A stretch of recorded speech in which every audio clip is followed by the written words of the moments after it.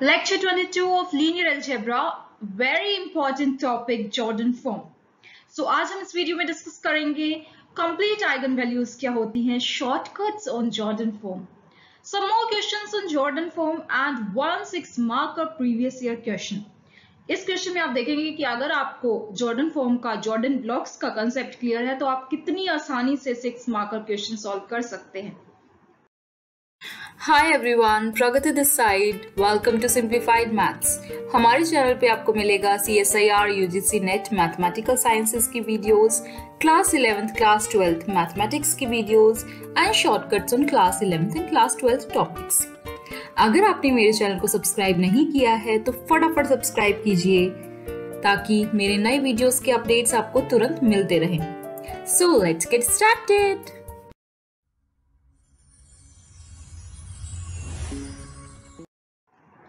So we will start with a very important note.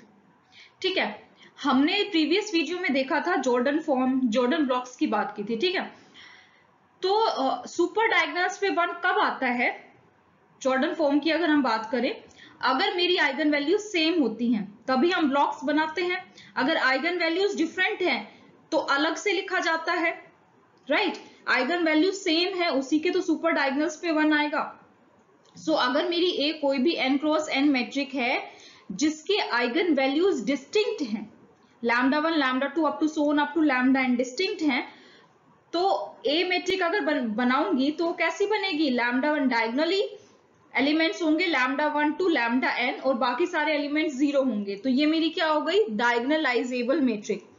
कैसे निकालते थे? हमने diagonalization of a matrix discuss किया था, उसमें देखा था P इनवर्स AP. कहीं कहीं आपको S इनवर्स AP भी, AS भी मिल जाएगा. यहाँ पे P और S क्या है? मॉडल मैट्रिक्स है. Model matrix means column wise eigen vectors होंगे. ठीक है, सो P इनवर्स AP निकालते थे, मींस हम जब P इनवर्स AP निकालते थे तो हमें स्पेक्ट्रल मैट्रिक्स, डायगोनल मैट्रिक मिलती थी. राइट, सो अगर मेरी आइगन वैल्यूज डिस्टिंक्ट हैं तो अच्छा मुझे बताओ, क्या ये जॉर्डन फॉर्म है? यस, क्योंकि आइगन वैल्यूज डिस्टिंक्ट है तो आप सुपर डायगोनल्स पे वन लगा ही नहीं सकते, सेम आइगन वैल्यूज पे लगाते हैं. सो यही मेरा रिमार्क है, अगर आइगन वैल्यूज डिस्टिंक्ट है तो जो मैट्रिक होगी वो डायगोनलाइजेबल होगी. अगर मैट्रिक डायगोनलाइजेबल है तो आइगन वैल्यूज डिस्टिंक्ट होगी. राइट, सो ये नोट समझने के लिए प्रीवियस वीडियो रेफर करना बहुत जरूरी है आपके लिए. एक क्वेश्चन देखते हैं. अगर ए मेरा 2 क्रॉस 2 मैट्रिक है और उसमें रिपीटेड आइगन वैल्यू है 3. ठीक है, अगर रिपीटेड आइगन वैल्यू है तो ए डायगोनलाइजेबल होगा. अगर हमने ये तो बात कर ली, अगर डिस्टिंक्ट आइगन वैल्यूज हैं तो सिर्फ डायगोनल एलिमेंट्स पे वो आइगन वैल्यूज होंगी, बाकी सारे एलिमेंट्स 0 होंगे, तो डायगोनलाइजेबल है. लेकिन अगर रिपीटेड आइगन वैल्यू है तो क्या डायगोनलाइजेबल होगी ये मैट्रिक?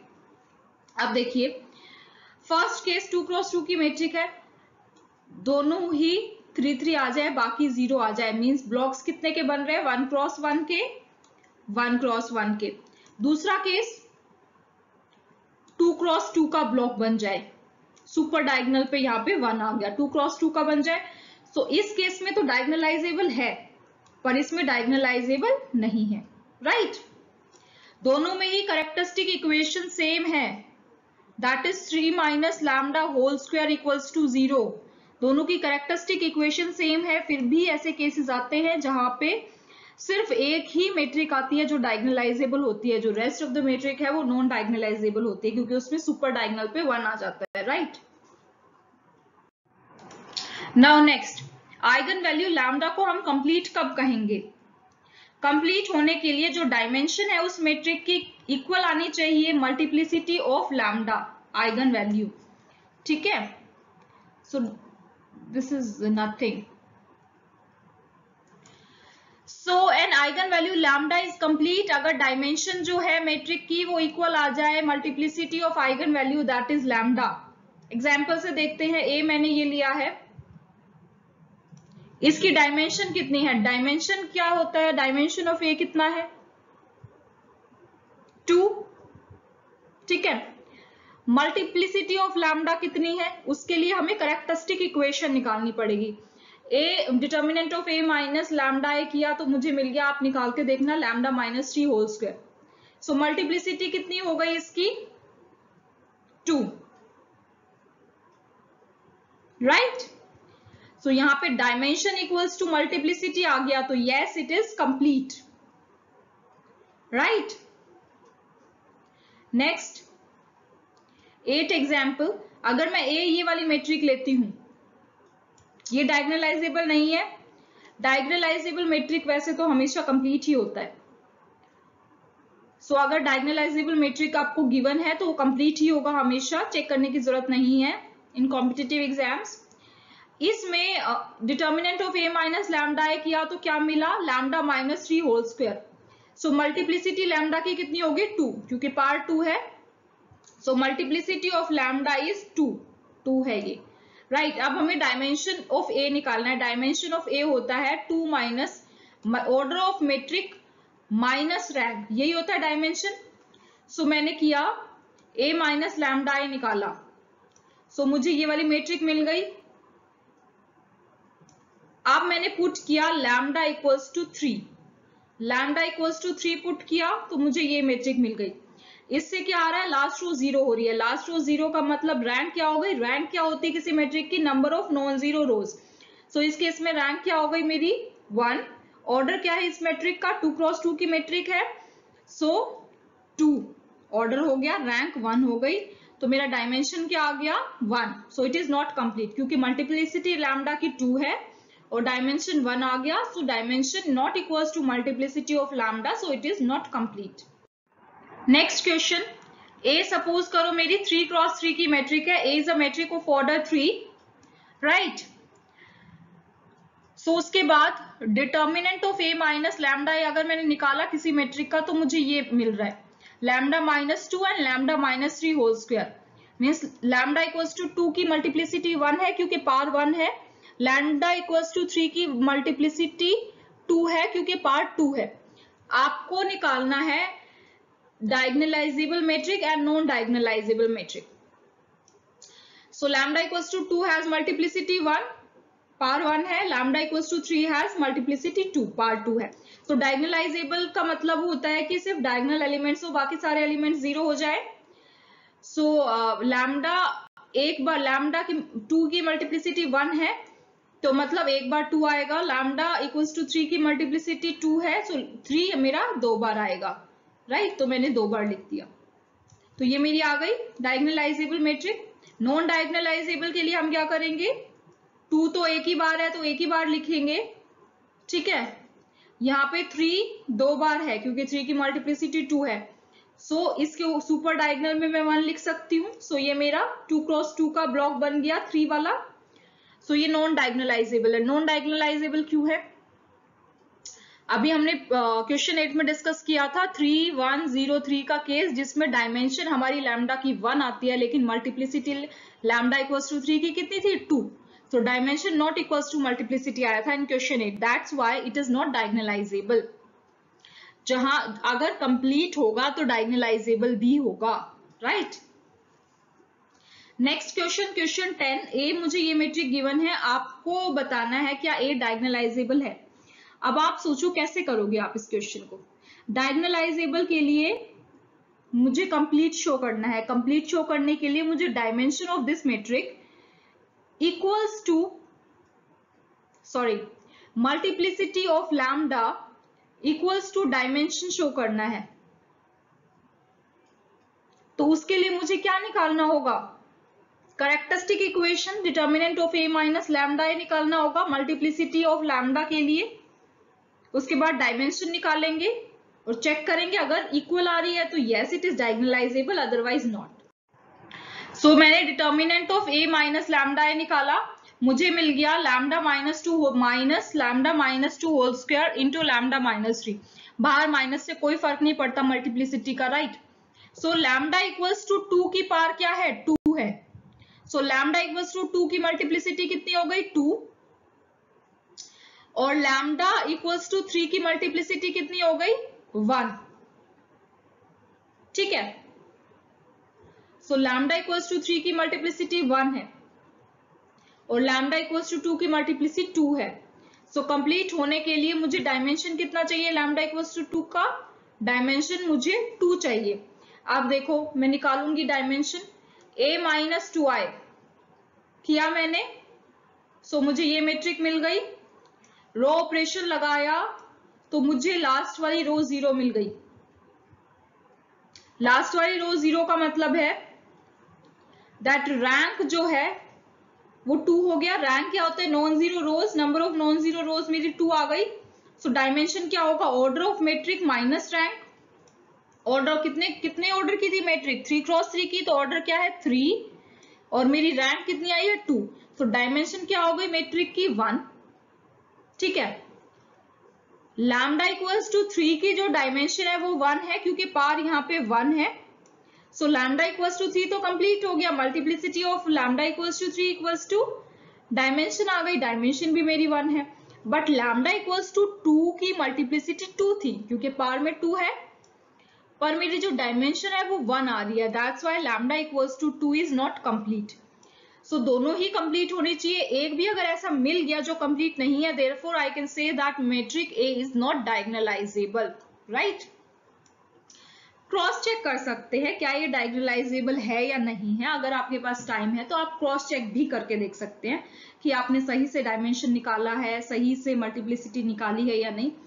पी इनवर्स एपी निकालो। ए मैट्रिक आपको गिवन थी, आइगन वैल्यूज निकालो, आइगन वेक्टर्स निकालो, मॉडल मैट्रिक निकालो, पी इनवर्स एपी निकालो। पी या मॉडल मैट्रिक ही तो है, ठीक है।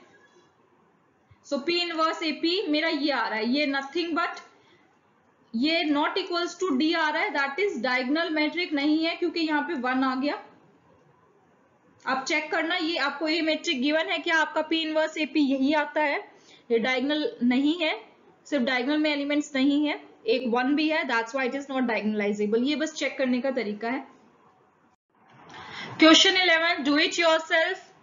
आपको सारी पॉसिबिलिटी बतानी है एफ लैम्डा की। एफ लैम्डा यहाँ पे क्या है? मेरी कैरेक्टरिस्टिक पॉलिनोमियल, जो मेरा determinant of A minus lambda करके आता है ना, कैरेक्टरिस्टिक पॉलिनोमियल है। कैरेक्टरिस्टिक इक्वेशन बनाने के लिए क्या करना है मुझे? Equals to 0, right. F lambda is characteristic polynomial here, that is 2 minus lambda power 4। 2 minus lambda power 4 means जो ए मैट्रिक आपकी बनेगी वो किस ऑर्डर की होगी? Of order 4। 4 क्रॉस 4 की मैट्रिक बन रही है। मैंने आपको हिंट दे दिया है, 8 पॉसिबिलिटीज आएंगी, आपको जॉर्डन फॉर्म बनानी है। सो 8 जॉर्डन फॉर्म्स बनेंगी, जिसमें से एक डायगोनलाइजेबल मैट्रिक होगी, मींस 4 क्रॉस 4 की है। सो 2 2 2 2 डायगोनल एलिमेंट्स होंगे, बाकी सब 0 होंगे। सिर्फ एक डायगोनलाइजेबल मैट्रिक होगी, रेस्ट जो है नॉन डायगोनलाइजेबल मैट्रिक होगी। तो बनाना अगर दिक्कत आती है यू कैन टेल मी। एक नोट है, देख लीजिए, ये कॉम्पिटिटिव एग्जाम में कई बार यूज हो जाता है। अगर मेरे सारे एलिमेंट 0 हैं इंक्लूडिंग डायगोनल एलिमेंट्स, तो रैंक क्या होगी उसकी? 0। रैंक 0 क्यों होगी? क्योंकि रैंक होती है नंबर ऑफ नॉन जीरो रोज, सारे तो 0 हो गए। अगर मेरा एक भी सुपर डायगोनल में कोई भी एक 1 आ जाता है, मीन्स सारे 0 हैं, यहाँ पे डायगोनल एलिमेंट 0 है। जरूरी नहीं है कि यहीं पे 1 आए, यहाँ पे 0 आके यहाँ पे 1 आ जाए। कहीं भी सुपर डायगोनल में अगर 1 आ जाता है तो रैंक क्या हो जाएगी? 1, क्योंकि एक मुझे नॉन जीरो रो मिल जाएगी। अगर 2 1 आ जाते हैं अलग अलग रोज में सुपर डायगोनल में, रैंक 2 हो जाएगी, क्योंकि मुझे 2 नॉन जीरो रोज मिल गई, and so on like this, ठीक है। Now next is very important question, ये मेरा लास्ट क्वेश्चन है, दैट इज क्वेश्चन 12 मैं कह सकती हूँ। ये जून 2018 में आया हुआ है, पार्ट सी में, A75 क्वेश्चन, राइट। 6 मार्क्स का था आई गेस ये, हाँ 6 मार्क्स का था, because it has 2 correct options. So ये 6 मार्क्स का था और ये बहुत ही सिंपल है, आप इजीली बता सकते हैं। Let A is 6 cross 6 matrix over R. A 6 cross 6 की मैट्रिक है, इसमें आपको कैरेक्टरिस्टिक इक्वेशन गिवन है और मिनिमल कैरेक्टरिस्टिक पॉलिनोमियल गिवन है और मिनिमल पॉलिनोमियल गिवन है। आपको बतानी थी यहाँ पे जॉर्डन कैनोनिकल फॉर्म जो बनेगी वो उनमें से कौन सी होगी, वो आपको बताना था। देखो कैरेक्टरिस्टिक पॉलिनोमियल ये था, तो पहले कैरेक्टरिस्टिक पॉलिनोमियल लिख ले। यहाँ पे 3 की मल्टीप्लिसिटी कितनी है? 2, क्योंकि लैम्डा माइनस 3 की पार्ट 2 है, मीन्स 2 बार हमारा 3 आएगा डायगनली। 6 क्रॉस 6 की मैट्रिक बनानी है, लैम्डा माइनस 2 पावर 4 है, सो मीन्स 4 बार हमारा 2 आएगा, तो लिख दिया। इससे क्या होता है, कैरेक्टरिस्टिक पॉलिनोमियल आपको गिवन हो तो डायगोनल के एलिमेंट्स आप इजीली लिख सकते हैं, ठीक है। अब मिनिमल पॉलिनोमियल है, मिनिमल पॉलिनोमियल में आपको ब्लॉक्स बनाने होते हैं। लैम्डा -3 की पावर 1 है, मीन्स 1 क्रॉस 1 का ही ब्लॉक बनेगा, मीन्स जो 3 3 है 1 क्रॉस 1 के ही ब्लॉक्स बनेंगे, सुपर डायगोनल में कुछ नहीं आएगा। लैम्डा -2 की पावर 2 है, मीन्स 2 क्रॉस 2 के ब्लॉक बनेंगे। ठीक है, 2 क्रॉस 2 के ब्लॉक का मतलब होता है कि जो हाईएस्ट ब्लॉक हो लैम्डा इक्वल्स टू 2 का, वो ऑर्डर 2 हो, या तो दो, यहाँ पे 4 है 2, या तो दोनों ही 2 क्रॉस 2 के बन जाए या एक 2 क्रॉस 2 का बन जाए। क्योंकि जब हम ब्लॉक्स का साइज देखते हैं तो हम लार्जेस्ट ब्लॉक का साइज कंसिडर करते हैं, राइट। ये मैं ऑलरेडी प्रीवियस वीडियो में बता चुकी हूँ। सो या तो मैं सिर्फ एक 2 क्रॉस 2 का ब्लॉक बना दूं, ये बाकी 2 रहने दूं, जरूरी नहीं है कि मैं यहीं पे बनाऊं, पर ऑप्शन में ये था। अदरवाइज मैं इन दोनों 2 को एज इट इज रख के यहाँ पे 1 लिख सकती थी यहाँ पे, ठीक है, वो भी एक पॉसिबिलिटी थी। बट क्योंकि मुझे ऑप्शन में ये गिवन था, ये 2 क्रॉस 2 का था, बाकी ये 1 क्रॉस 1 के थे, तो मुझे हाईएस्ट देखना है तो मुझे मिल गया। या फिर मैं दोनों के ही बना दूं 2 क्रॉस 2 के, तो भी ऑफ साइज 2 के ब्लॉक्स बन जाएंगे। एक और पॉसिबिलिटी इसमें आती है जो इसमें ऑप्शंस में नहीं थी, ऑप्शंस बी और सी ही करेक्ट थे। ठीक है, एक और पॉसिबिलिटी है जो मैं आपको बता चुकी हूं कि यहाँ पे मेरा 0 आ जाए, एक मिनट, यहाँ पे मेरा 0 आ जाए और यहाँ पे मेरा 1 आ जाए। सो इसमें क्या होगा, ये दोनों 1 क्रॉस 1 के बन जाएंगे और ये मेरा 2 क्रॉस 2 का बन जाएगा, राइट। ये 3 पॉसिबिलिटी होती अगर मैं इन जर्नल देखती, पर मेरे को ये दोनों ऑप्शंस गिवन थे, बी और सी मेरे करेक्ट थे। Thank you for watching, see you, bye bye.